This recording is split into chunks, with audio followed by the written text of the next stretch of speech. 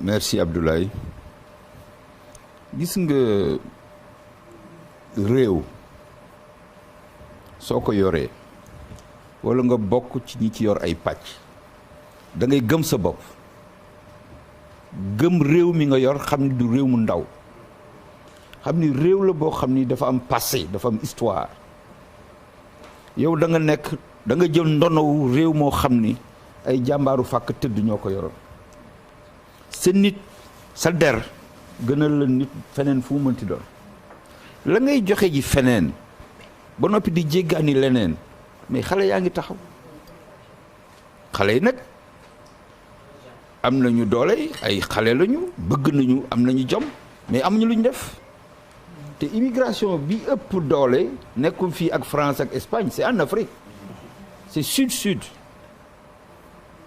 mais mooy mën jóge fi réew mii dem ci réew yi ñu wër jàpp ne foofoo ëpp teraanga mais da ngay toll foo xam ni loo am jël wolof dafa naan këru noon du tuuti ndax ku mer fa nga jëm mer gàddu bi ngay xuloo fii lal bu xat bi am matelas yi et cetera mais boo demee feneen loo am jël l'essentiel mooy doo tëdd foo xam ni dañu naan kii coupé courant ñëw na wala mburu mi jeex na xale yaa ngi jàngi amuñu ndekki nga di ko dégg am 25 ans 30 ans te doo ko mën a faj ngay nelawlu di dégg ay kàddu yu ñu lay jël dee moo la koy gënal donc waajur yi am nañ ci luñ ci dox école de formation yi néew na fi même s'il y a une floraison d'écoles privées mais il faut qu'on n'imite pas ce que fait la France jël ay xaleel di leen jàngal fukki at ak ñett ci enseignement primaire ak secondaire pour ensuite les reverser à l'université ou dans les écoles dans les écoles dans les universités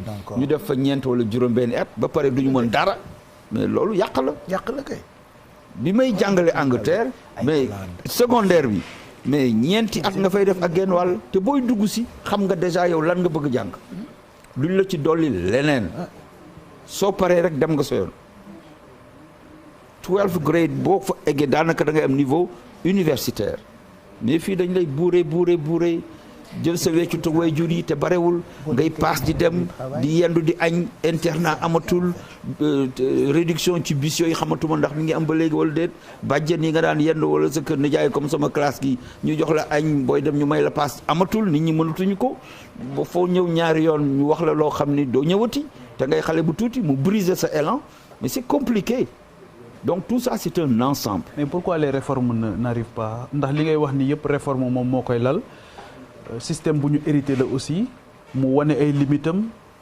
ñu def fi ay réformes ay assises yu bari def ay réformes def ko ci ay documents mais la Mussolini waxoon ñu ne ko sa programme lan la mu ne soxlawuma programme ñëpp am nañ programme. dëgg la li ñu manqué rek mooy des hommes et des femmes de volonté est-ce que loolu mooy sunu problème aujourd'hui?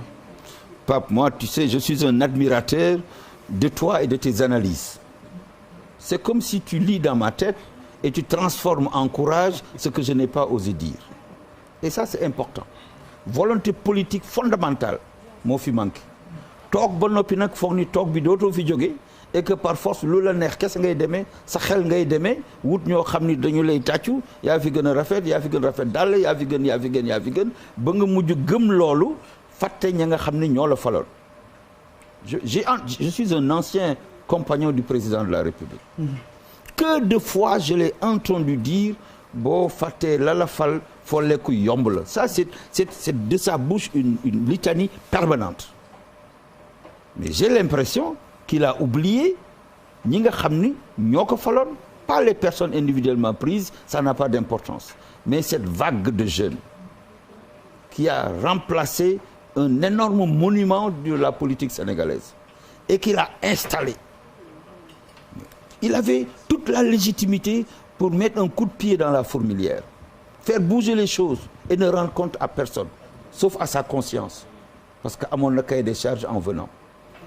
Maintenant, il semble l'avoir compris. Est-ce que ce n'est pas trop tard? Je ne le souhaite pas.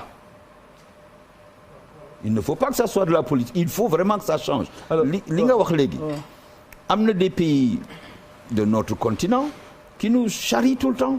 nee na ñoom duñ fi ne def ay études yu du jeex du xaaj. Ils viennent au Sénégal il demande à quelqu'un, on ouvre un tiroir, ñu benn tiroir, jël étude bu dol ni jox ko mu dem appliquer. On ne met absolument rien en œuvre. Et nous avons les meilleurs agents au monde, les meilleurs fonctionnaires au monde. Mais on ne les utilise pas. On préfère venir des gens d'ailleurs, des copains, qui n'ont aucune expérience de la chose publique. On les met en place et les fonctionnaires, qu'est-ce que tu veux, qu'est-ce que vous voulez? Ils croisent les bras, ils sont toujours à l'heure et ils partent à l'heure. Mais en définitive, ils ne servent pas à grand-chose. Et ceux à qui on les a, ñi nga xam ñoom la ñu indi pour ñu wutu leen amuñu njëriñ parce que xamuñu da ngay toog rek fàttaliku mais yow amoon naa copain bu nekkoon Saint-Étienne ñoo bokkoon classe xaaral ma woo ko mu ñëw mais dis donc. Non, c'est pas comme ça. Ça ne se fait pas comme ça. Et il faut avoir le courage de le dire. Il faut avoir le courage de le dire. Et il faut que le président ait le courage de l'entendre. Et qu'il ait le courage de la mise en œuvre. Mais maître, soo parcourir conseil des ministres yu mujj yi